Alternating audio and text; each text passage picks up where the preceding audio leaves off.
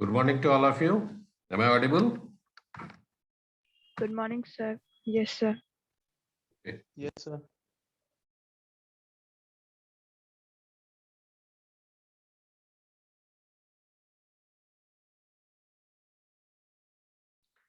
Okay. So we'll start a new chapter, a new module, I'll say. That is, the module name is load frequency control. Okay. Now, load frequency control, if in short, if we have to discuss this thing or the basic concept of this load frequency control, we know that from the synchronous generator output, the active power dependent on the frequency, okay, and reactive power is dependent on your system voltage. So if there is a change in this load, okay, means I will discuss it here.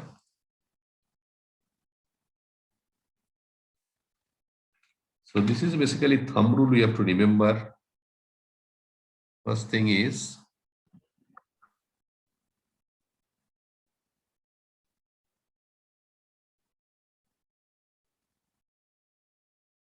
just a minute.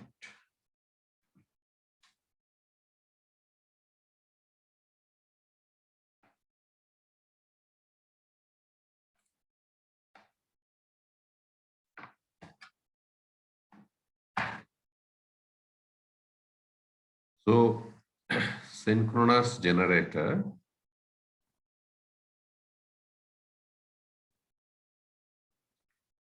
so it is delivering your, that is PG and QG. PG is the active power generation and QG is reactive power.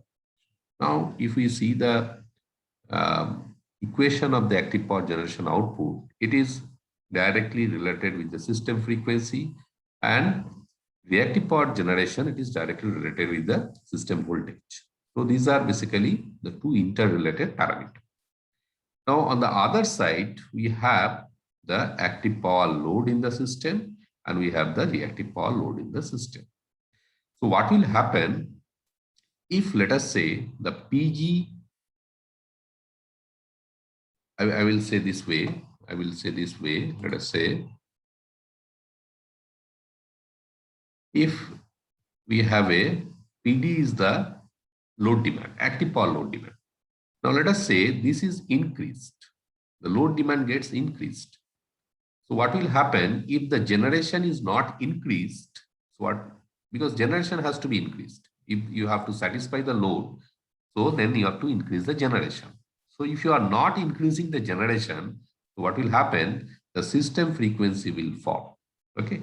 Similarly, if you have the reactive power demand also, if you are in the demand, reactive power demand is increased, and if you are not generating or if you are not compensating the reactive power, then the system voltage will fall. Okay. And then this is the reverse case is also true. If let us say the generation, the active power demand is fall, so then what will happen? The system, if you are not reducing the generation, the system frequency will increase. Similarly, the reactive power generation, if it is reduced, and if you are not reducing the reactive power generation, so your voltage will increase. So this particular phenomena, that means there are three parameters which are very coupled one. So one is your PG, is your frequency, and you have a demand. Okay. So this is a interrelated thing. Similarly, you have a QG, you have a voltage, and you have a QD. So if we are not taking proper care of these particular parameters, either the system frequency will abruptly, it will rise or fall, or system voltage will abruptly increase or fall. So in turn, what will happen? What is the problem we will face in the power system? The problem will be when you are not taking care of these parameters, because we know basically the condition of the synchronization of the generator. So what are the conditions of the synchronization? when the any alternator is connected with the grid, first thing is that your frequency should be, frequency of the incoming alternator should be equal to the frequency of the grid. Okay. Second parameter is your voltage of the incoming alternator should be equal to the voltage of the grid. Okay. And third one is the your phase sequence. So phase sequence of the incoming alternator should be equal to the phase sequence of the grid. Okay. These are the basically condition for synchronization. Now, you see, these three conditions, either of these three conditions, if it is violated, then what will happen? What will happen? Can you tell?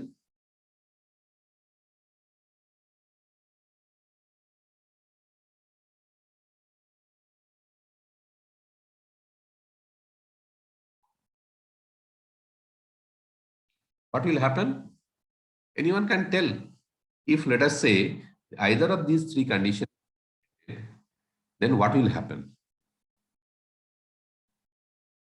System will unbalance. System unbalanced, or let us say, I will describe in this way. You have a, let us say, you have a common bus, and let us say you have three generators are connected. Three generators are connected. Okay. So let us say they are connected with this particular bus.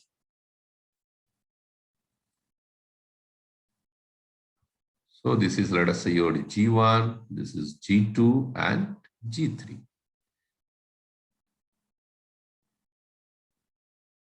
So if, let us say, due to the problem, due to the unbalance of between PG minus PD, PG minus PD is actually is a difference between the generation and load. It is causing the change in the frequency. Similarly, the difference between QG minus QD, this will actually affect the system voltage. Ideally, what should be the value of PG minus PD? This should be equal to, ideally it should be what? PG minus PD will be equal to,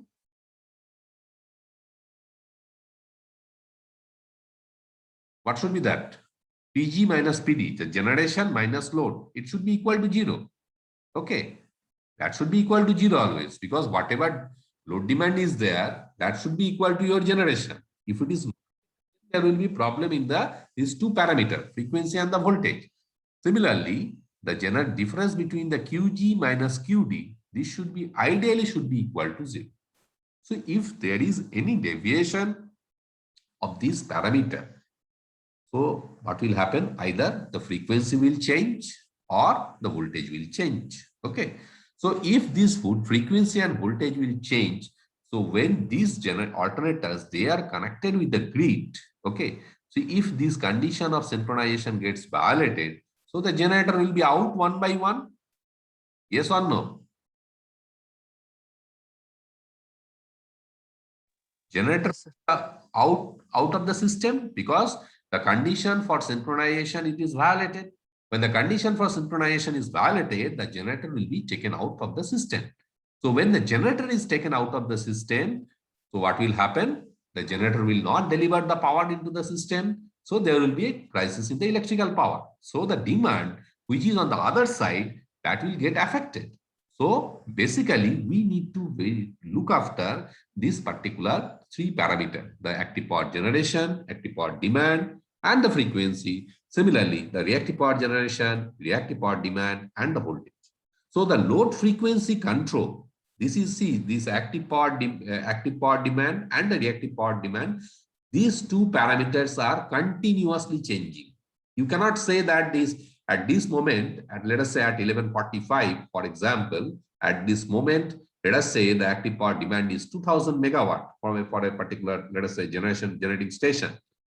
Now at 12 or maybe 12:15, the demand may change. So at this moment it is 2000 megawatt. The demand may rise to, let us say, 2500 megawatt. So at every instant, at every instant, the load is continuously changing. Why this load is changing? Because the generations don't have any control over the load.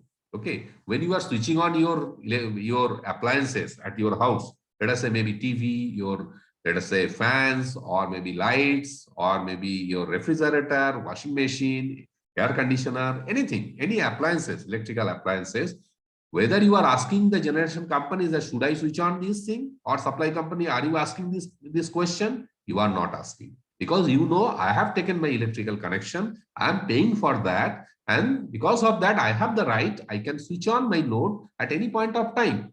But the generation company, they doesn't know that when you will switch on that. So there are many customers like you, there are many customers who are connected with the system. So the behavior of the customers, it is unpredictable. We don't know that when the load will come, when the load will be out from the system. So this particular process is continuously, it is changing. So that means we can say these two parameters, these are very, very important. That is active power demand and the reactive power demand. These parameters, we don't have any control, because it is dependent on who is controlling this parameter. Who is controlling?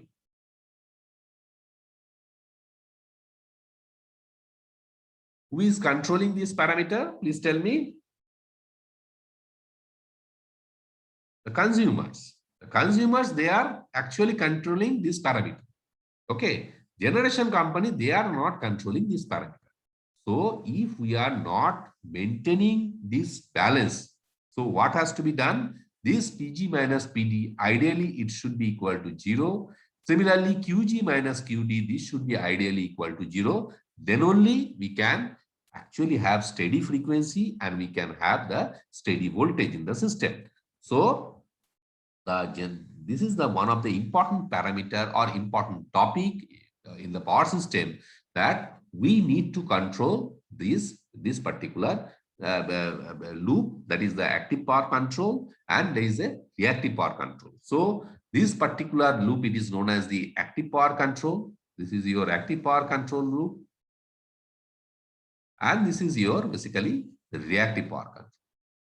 So that means if there is any shortage in the system, so the system, it will be sensed from the system, and based on that, the action will be taken. Okay.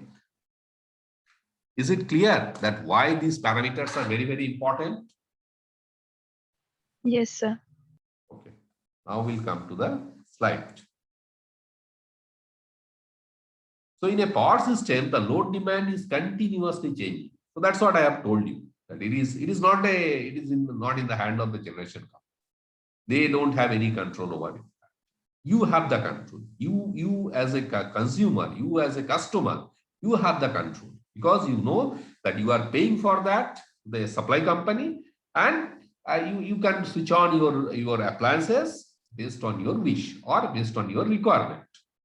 So in accordance with it, the power input has also to vary.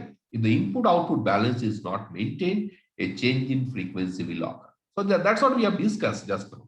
So if you are not maintaining the active power demand and active power generation, what will happen? We know that the active power is directly related with the system frequency. So system frequency means what will happen? The system frequency will change.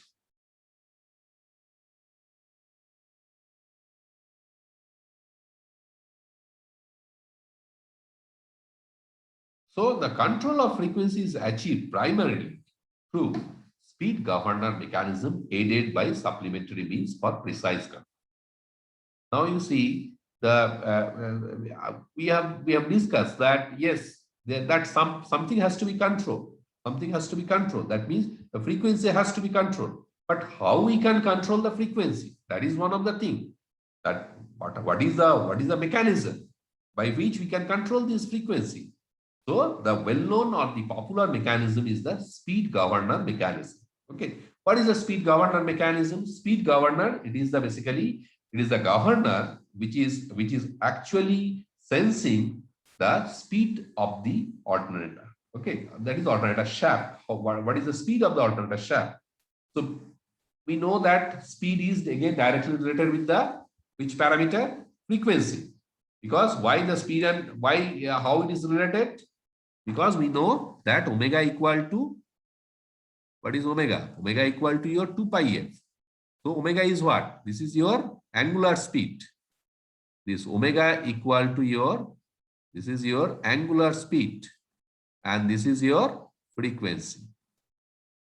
So if we are changing the speed, that means we are basically changing the frequency. But how? How we can do this? Let us say we have a let us say turbine. Okay, we have a turbine. Okay, this turbine is rotating, and we have a, let us say, a steam is injected here. Steam is injected through this nozzle. Okay, so what will happen? The steam is coming into the system and it is entering into the, let us say there is a turbine blade circuit. This is a turbine blade circuit. So what will happen is supersaturated steam, it is injected into the turbine. Now, if we are controlling this valve, there is a valve is there. So if you are controlling this steam governor valve, so what will happen? The inflow of steam can be controlled. Inflow of steam we can control. So if we can control the inflow of steam, so what will happen? Ultimately, the speed of the system, the speed of the alternator can be controlled. It can be controlled. So if you can control the speed,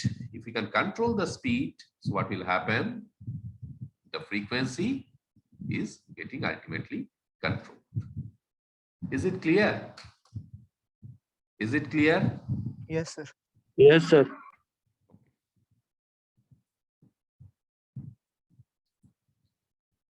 So the power system is basically dependent upon the synchronous generator and its satisfactory performance. Normally, we have to remember that in turbo alternator, there are two types of synchronous machine. Okay, could you please name those machines?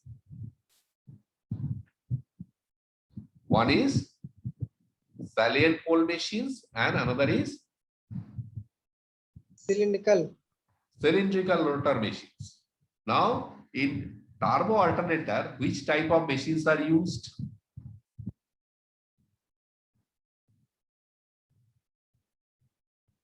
Turbo alternator, that is means thermal power station. In thermal power station, which type of generator it is used? Hydro power station, which type of generator is used? Construction wise, I am asking the construction wise. Construction wise, which type of generator it is used? So cylindrical rotor type. In thermal power station. In thermal power station. Yes, sir. Yes. Yes, sir. So in thermal power station, normally we are using the cylindrical rotor machines, and in hydro power stations, we are using salient pole machines. So this is very, very basic questions, and it is normally asked in the interview also. Okay, which type of alternator is used in which type of power station? Now the important control loops in the system, there are two important control loops. First control loop is your frequency control loop, and second is your automatic voltage control. So these two controls are very, very important. These two controls are very, very important. So fast frequency control means this is basically your active power control loop, and second is the automatic voltage control, that is your reactive power control. Okay, so these two controls has to be done in a proper way. Now we need to understand what is your frequency control. Now the frequency control is achieved through the generator control mechanism. The governing system for thermal and hydrogenetic system plants are different in nature, since the inertia of water that flows into the turbine presents additional constraints which are not present in the steam flow in a thermal. See, water flow the inertia of the water flow will be quite different than the inertia of the steam, because the steam has the higher amount of inertia compared with your inertia which is actually offered in the hydro power station. Okay, so in these cases we can understand that in these cases, the thermal, basically the control mechanism will be somewhat, it is different, because both the cases, the thermal power plant and the hydropower, their operating principle is little bit different. However, the basic principle is still the same, that is the speed of the shaft is sensed and compared with a reference, and the feedback signal is utilized to increase or decrease the power generated by controlling the inlet part of the turbine of the steam or water, as the case. See, in this case, what is happening? In this case, the first is your reference is your speed. Speed is your reference. So, what is the speed? What should be the reference value? Let us understand that. How we are sensing, what is the reference value, how it is chosen. So let us understand it first. Anyone can tell that how to choose the reference value of speed? Anyone can tell from your knowledge of the synchronous machine?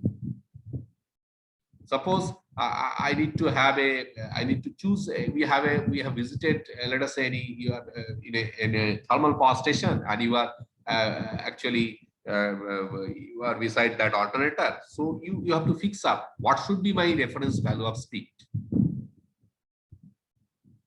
How to choose it?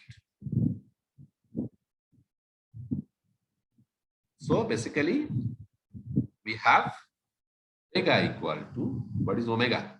This is 120 F by P. Yes or no? Yes, Yes. sir. Okay, so then it is very easy. So you will know the P value, poles, number of poles of that particular machine. So let us say it is a 2-pole machine and your frequency is how much? It is 50 Hertz. So what should be the reference speed? It should be 3000 RPM. Yes or no? So what will happen in terms of your control system representation? You have a omega reference. You have an omega reference that is positive, and you are taking the feedback from your shaft. Your shaft, you are measuring the actual speed. Actual speed you are measuring from the turbine shaft. So that is your actual. So if let us say if there is any such deviation, that error signal is fed to the some plant, which will plant, or let us say a controller, so which will actually act upon it, and it will make the your system frequency. So this particular thing will be actually in a closed loop fashion. So unless and until it is actually matching with your reference speed, the loop will continue. It will always try. And how the loop will continue? Because speed has to be controlled. So speed has to be controlled means in thermal power station, how we can control the speed? Tell me. In thermal power station? Valve, sir. Valve, yes. So we have to control our steam valve. We need to control our steam valve. So by controlling the steam valve, actually we are controlling the steam. Actually you are controlling the steam, and thereby the speed of the system you are regulating. So in thermal and in hydropower station, what is how we can control the speed in hydropower station? That is the water injection. So we can control the water injection. By controlling the water injection, we can control the speed of the hydro alternator. Now, is it clear that how we can fix up this reference speed, how we are actually controlling it? Is it clear? Yes. Okay, fine.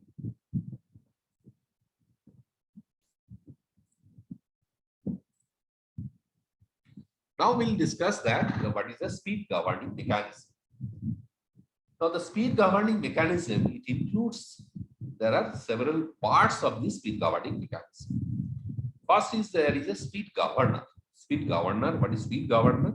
It is an error sensing device in your frequency control. It includes all the elements that are directly responsive to the speed and influence other elements of the system to initiate action. So basically speed governor means it is a sensor, one kind of a sensor. But the sensor, what it will do? It will basically sense the speed of the system. It will sense the speed of the system. How much is the speed of the system? Based on that, it will initiate the action. whether the speed has to be increased or the speed has to be decreased. Now, next is the governor control valves. They control the input to the turbine and are actuated by the speed control mechanism. So, there is a governor control valves. So, obviously, speed governor, it is a sensor. So, sensor will only sense it, but somebody has to initiate the action. So, speed governor will give the signal to the speed control, that is the governor control valves, that you either open it or you close it. Okay, this open or close means it is not completely closed. Either you increase your opening or you decrease your opening. So, by increase or decreasing this opening of the steam valve, we can actually control the steam input, and thereby the speed of the system is controlled. So the governor control valve, it is basically taking the action to control the steam input. How? By controlling the steam opening of the control valve, governor control valves. Next is the speed control mechanism. Now the speed control mechanism, it includes all equipment such as levers, linkages, servo motors, amplifying devices, relays that are placed between the speed governor and the governor control valves. So actually, see, you can understand this thing, that somebody will sense it, okay, and then the action will be initiated. So action means these governor control valves, they will open or close. So this is your input and this is your output. In between, there is some process is going on. Who is actually doing this process? The process is actually done by speed control mechanism. So speed control mechanism, it is actually operating. There are so many, let us say, so many, your levers are there, linkages are there, servo motors, so many amplifying devices, relays, so many electrical connections are there. Electrical as well as the mechanical connections are there. Those things are basically your speed control. That is basically doing the action. So first your speed governor, it is sensing. It is the output, that is the governor control valve. It is the output. In between, this is the process. Now the speed changer, it enables the speed governor system to adjust the speed of the turbo alternator unit while in operation. Now you see, the governor valve will open or close. Open or close means either it will increase the opening or it will decrease the opening. So either of these operations will be done. And based on that, what will happen?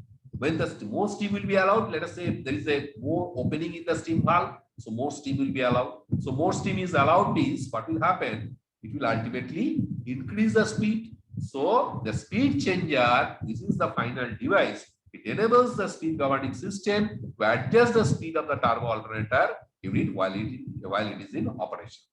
Is it clear whatever I have discussed, or you have any doubt? Please tell me. These are the basic backbone of the speed governing system of any thermal power plant.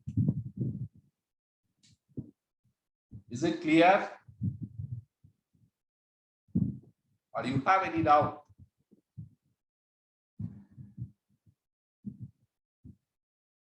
Please tell me.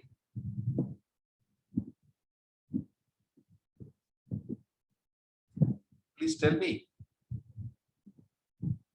Yes, sir. Yeah. Yeah, okay. So now we have the speed governing system. Okay, speed governing system. We'll see that figure of that. So basically, the speed governing system, how it will operate. This will be something like this. Okay, this is the speed governing system. So here you have, this is the speed governor. Okay, this is the speed governor. This is known as the here it is. There is a speed changer. Okay, this is your flywheel system, and this is basically your pilot valve, and there is some lever mechanism. This is your lever mechanism. This is your lever. This is a lever. Okay, these are all levers. So what will happen? I will just describe this operation. Now, what will happen when the speed is, let us say, increased in the system? Speed may be increased. What is the cause of the speed increasing speed? Who can tell? How does, let us say you have observed that there is a frequency is increased in the system. So frequency is increased means speed is increased. What is the reason why the speed is increased? Who can tell? Just I have discussed a few minutes back. What is the reason the speed is increased?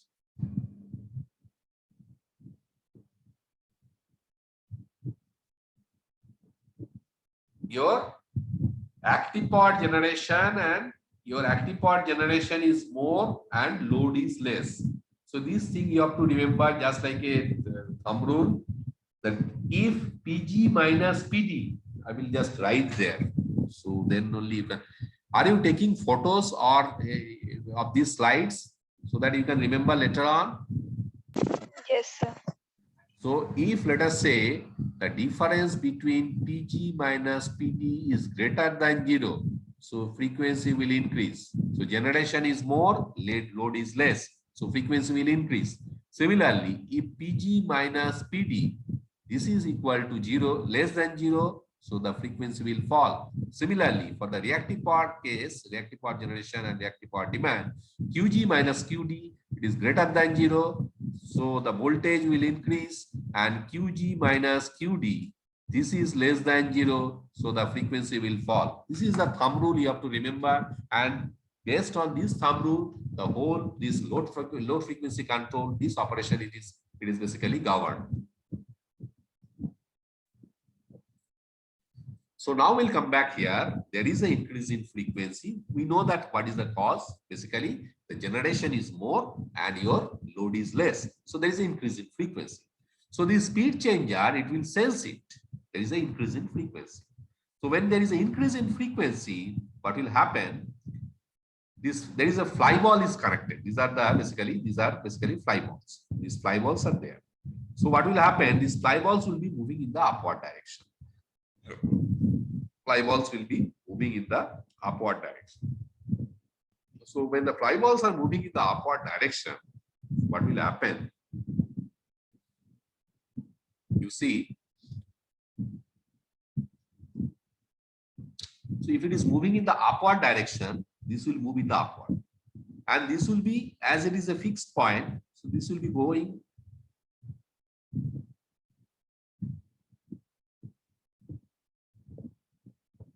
see, this is moving in the upward direction. This is a fixed point. So what will happen? This will be going down. Yes or no? If let us say a lever, I think you are familiar with the lever, na? If let us say in a lever, this is your fixed point, and these are two arms. Okay, this is your fixed point. This is your two arms. So if it is going up, so this will be going down. This point is fixed. This is a fixed point. Yes or no? Please tell me. If Yes, sir. going up, B will be going down. If A is going down, B will be going up. This is a simple lever mechanism. Okay. So it is also the same thing is there. So what will happen? This is going up, this will be going down. So frequency is increased. So what will happen? Frequency increased means when you are closing this, so what will happen? There will be how to close it. How to close it? This there will be the more amount of, see, this is a basically piston cylinder. This is a piston cylinder, and inside that there will be oils will be there. So the oil will be filled up. So when you are having such kind of thing, so this particular thing will be going up. So this particular thing, when it is going up, this will be moving this direction. So ultimately the oil will be going, it will be going out. Okay. But here, this particular arm, when it is going down, so from here the steam is injected. So when the steam is injected through this path, if you are closing this path, that is what you are doing. You are actually reducing the path of the steam. When you are reducing the path of the steam, ultimately what will happen? The speed will reduce or it will increase? Reduce, sir. Speed will reduce. Okay, speed will reduce. So speed is reduced means the frequency will reduce. So this is basically we have the initially the frequency was high, but we are with the controlling this thing, we can reduce the frequency. Okay, because speed is reduced. Now let us say vice versa, another opposite case. Your frequency has fallen. Frequency, how the frequency will fall? What is the reason? Now you tell me. Well, what is the reason why the frequency will fall? Please tell me. I have discussed just now. 2 times, 3 times I have discussed. Why the frequency will fall? PG minus PD is Less than 0. Less than 0. Correct. So that means your generation is less and demand is more. Yes or no? Yes, sir. Yes. Demand is low. Okay. Hey, sorry. Generation is less, demand is more. Frequency will fall. So when the frequency will fall, you need to increase your frequency. So how you can increase the frequency? So what will happen? These balls will be going down. And instead of going up, this particular thing, this speed changer will be going down. This side will be going down. So when it is going down, this is fixed. So what will happen? This particular lever will be going up because this side you are making it down. So this side should be up. Okay. So what will happen when you are reducing this part? This you are opening, you are making more opening in this steam valve. So what will happen? More steam will be allowed. When more steam will be allowed, so the speed of the turbine will increase. When the speed of the turbine will increase, so the frequency of the frequency of the alternator will increase. Is it clear? Any doubt? Any doubt? no, sir. Okay, fine. So this thing is written and you can get in the books also. That is not an issue. So you can there you can refer also. Now next is the transfer function of a power system. Transfer function of a power system. So we see what is the need of this. So see any system when you are analyzing that time, the first and foremost important thing is we need to model it. Okay. Unless and until we model it, we cannot analyze the system. Okay. So the important parameter for analysis of any system, that is that you need to model it. So when you have modeled it, you will be able to analyze it. Okay. So modeling of a power system, let us say modeling of these particular systems. So we need to model what are the components in the power system of this, let us say, in this thermal power plant, when we are discussing this load frequency control, what are the parameters? What are the main components? Let us not parameters, these main components. So main components of the load frequency control. Main components which we actually need to model it. Main components of LFC. Can you name one by one?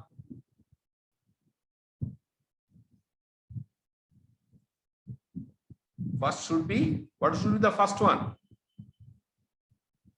It is speed governor. First one is your speed governor. Second one is your turbine. And third one is your alternator. So why these components are important? First, you need to control your speed. Now where you are actually controlling the speed, you are controlling in the turbine. Now turbine is coupled with your alternator. This turbine and alternator, they are coupled, but this is your mechanical device. It is supplying the mechanical energy and the alternator is generating the electrical power output, PG and QG. Okay, so finally we need to model these three components together so that we be able to analyze this particular kind of this load frequency control.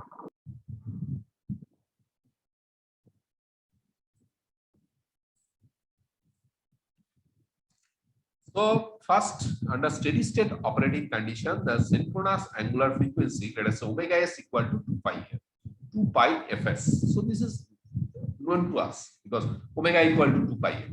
So omega s means your synchronous speed. Omega s is your synchronous speed. Synchronous speed equal to 2 pi fs. Fs is your synchronous frequency. Now delta delta, this is a change in angular position of the generator rotor corresponding to an increased load demand delta PD on the generator. So this is the change in the angular position of the generator rotor. So are you familiar with the power angle? Are you familiar? Are you familiar with the power angle in synchronous generator? Yes, sir. Okay. So this delta is your power angle. This is the change in power angle delta. So initially, let us say delta equal to delta S plus delta. So what will happen? When there is a change in load, the frequency will change. So frequency will change means your power angle will also change. Why? How it is related with the power angle? Let us first understand that. Suddenly we are introducing this power angle. So let us first understand how this power angle delta is related with the frequency. Now, first of all, we know that omega equal to your 2 pi. Now, what is omega? Omega is angular speed. Now, what is angular speed? Angular speed is dt of delta. This is the power angle. So, omega equal to your d delta by dt. Now, initially, the angle, it was delta S. And finally, due to the change in load or change in frequency, you see omega equal to 2 pi f. So finally 2 pi f equal to your ddt of delta, and f will be equal to 1 by 2 pi ddt of delta. Means you can understand from this, if you are changing your frequency, so your delta will also change. Is it clear? Is it clear? Yes, sir. Okay. So initially it was delta S, and due to the change in frequency, there is a change in the power angle, that is delta delta.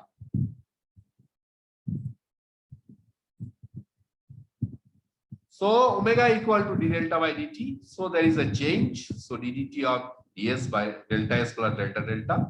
Now ddt of delta S, it is omega S, and this is ddt of delta delta. So this is basically your omega, delta omega. So from here we can understand that this f equal to fs plus delta, because omega and f, this is written with 2 pi. Now delta f equal to what? This is 1 by 2 pi ddt of delta delta. That I have derived just now. We have derived this. Now I will discuss this thing. Let us say first we will take the attendance. Let me just show you your attendance.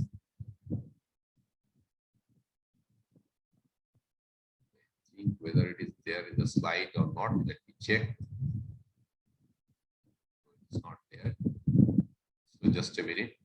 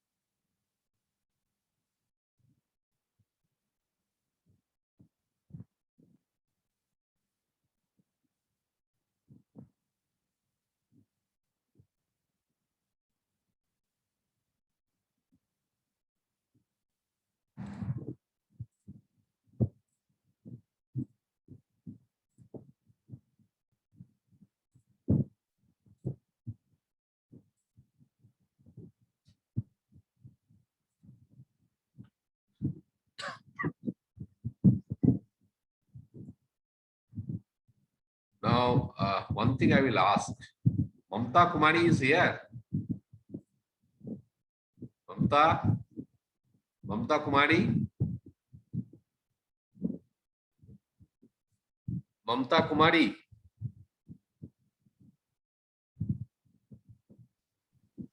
Mamta Kumari, you are here. Yes, sir. You have entered just now. Why? Sir sir हम लोग के गांव में light नहीं है sir, तो phone charge ही नहीं होता। Okay, okay. Please attend the classes, huh? तो सर मतलब बिल्कुल भी एकदम 3-4 दिन तक लगातार लाइट नहीं रहता। Okay, okay. ठीक है बेटा, ठीक है. Okay. Okay, just put your attendance.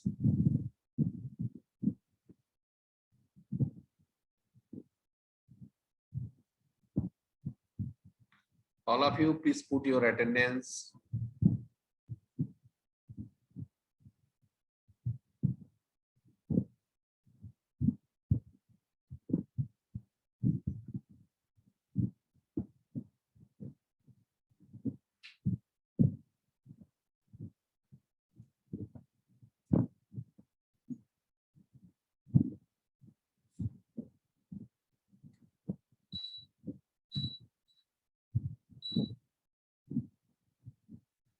Now, is it over?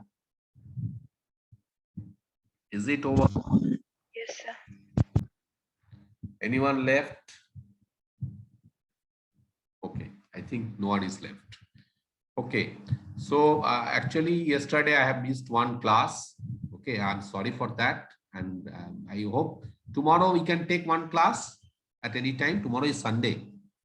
Is it okay for you? First of all, I should take your permission. Is it okay? Maybe at the afternoon, maybe 40 minutes, 45 minutes. Okay, sir. Yes, sir. Okay. Yes, sir.